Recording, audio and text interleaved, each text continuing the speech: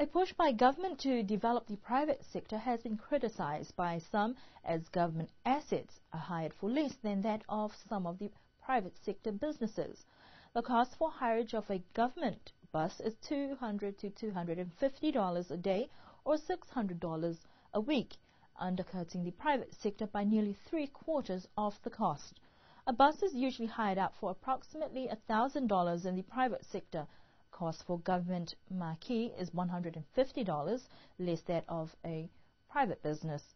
One unpleasant incident recently concerning the government buses was that of a hireage for a program to recognize the elderly on the island of their efforts in bringing the island thus far.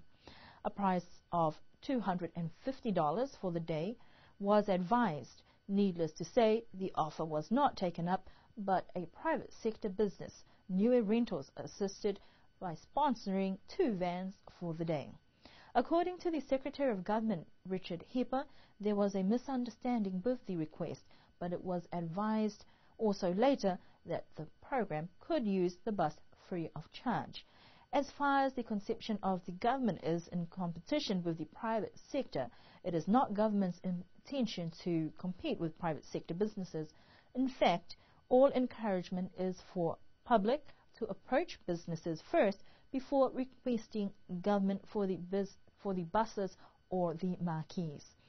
However, Mr. Hipper also said a solution could be available soon as recommendations by the Expenditure Committee to sell government assets is proposed, and this is being considered.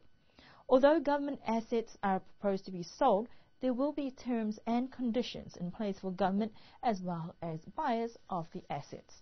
The proposal is yet to be agreed upon. Today we also spoke to the Niue Chamber of Commerce, who advised us they have not received any complaints from businesses concerning government's assets and the private sector, as their internet has been unavailable for a few weeks. We will bring you more on this story in our future news bulletins.